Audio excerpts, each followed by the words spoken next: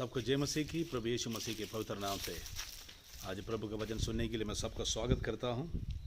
परमेश्वर के वचन से हम एक वचन सुनेंगे, मत्ती रसूल समाचार 5वां अध्याय उसका 18 से लेकर 20 तक है, लेकिन उसका 18वां वचन पढ़ेंगे। जब वो नाव पर चढ़ने लगा तो वो जिसमें पहले दुष्टात्मा थी उसे विनती करने लगा, मुझे अपने साथ रहने दे।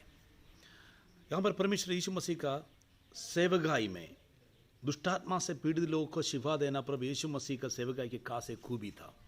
यहाँ पर परमेश्वर वाणी में लिखा, प्रभु यीशु मसीह सेवकाई करने का समय एक बार प्रभु यीशु मसीह चले लोग लेकर गरसियन देश में चले गए। वहाँ पर एक लड़का था, दुष्टात्मा से पीड़ित था, बहुत बड़ा लग्गियों सेना के साथ भरा हुआ एक गंदी स्पिरिट उसको घर में वास करने के लिए मौका नहीं देते थे। हमेशा जंगलों में कब्रिस्तान में रह कर अपना नंगा करा कर शरीर को घायल करा कर बुरा हाल करके पड़ा हुआ बंदे के पास प्रभु यीशु मसीह अपने चेलों के साथ पहुंच गया।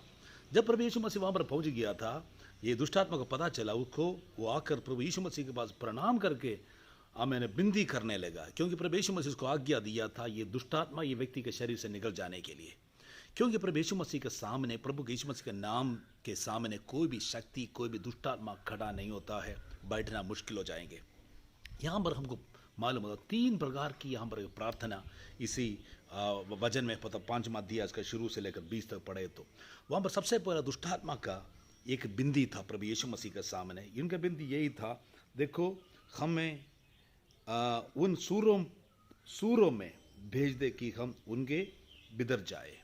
सूरों के ऊपर चढ़ने के, क्योंकि शैतान दुष्टात्मा किसी के शरीर में घुसने के लिए, वास करने के लिए चाहता है, इसे बस सूरों पर चढ़ने के लिए आज्ञा मांगना।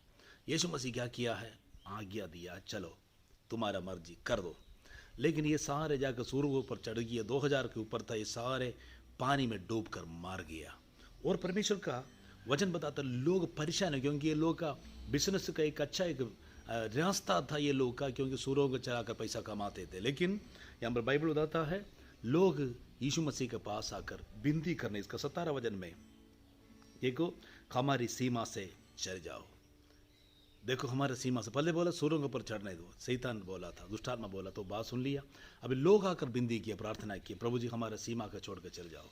लेकिन प्रभु यीशु मसीह वो बात तो भी मान लिया। लेकिन इसमें बाइबल बताता है, लेकिन ये लड़का ठीक हो गया, वस्त्र पहना, ठीक ठाक होकर यीशु मसीह के पास आकर विनती करके यीशु मसीह वापस जाने लगा। तब बोला मुझे भी अपने साथ रहने दे, मुझे भी आपके साथ ले जाओ।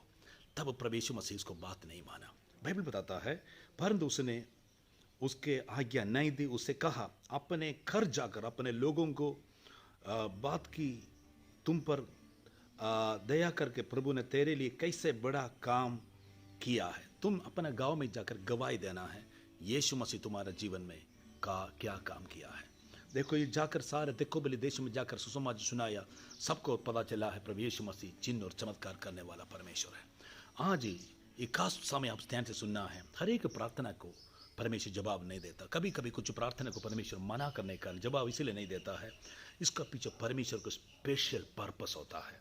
प्रिय लोगों, परमेश्वर चुना वो लोग परमेश्वर का स्पेशल पर्पस के अनुसार चलने वाला व्यक्ति बनना चाहिए।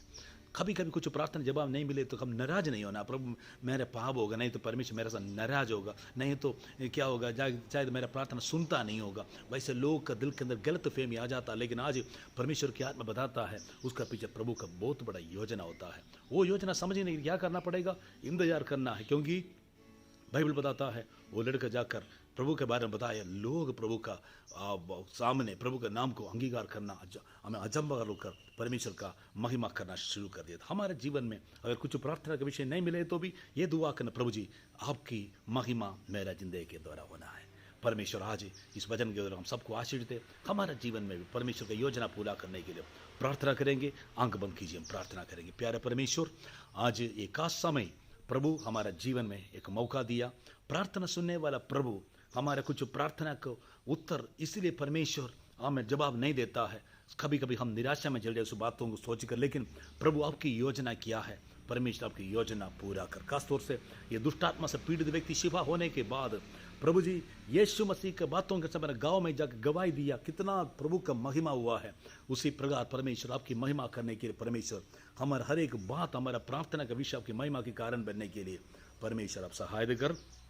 आज प्रभु जी निराशा से, दुख से चलने वाले लोगों को, परेशानी से चलने वाले लोगों पर आप दया कर, कृपा कर, बीमार लोगों को चंगा कर।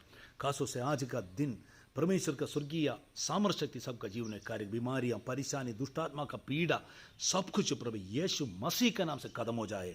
प्रभु नया रास्ता खोलकर, नया आमीन वस्त्र पहनकर, नया चेहरे के समय जैसे जो जवान दुष्टात्मा से शिफा पाने पर खड़ा था, उसी प्रकार सभी लोगों का जीवन प्रभु यीशु मसीह के नाम से चमकने पाए। सबको पवित्र आत्मा प्रभु तेरे पवित्र नाम से मैं आशीर्वाद देता हूँ। आपकी शानदार आनंद सबके जीवन में निरंतर बने रहे। प्रार्थना सुनने से धन्यवाद, यीशु मसीह का सामर्थ्य नाम से मानता हो, आमेन आमेन। सबको जय मसीह की। प्रभु सबको आशीष दे। मारा नाथा, यीशु मसीह जल्दी आने वाला है।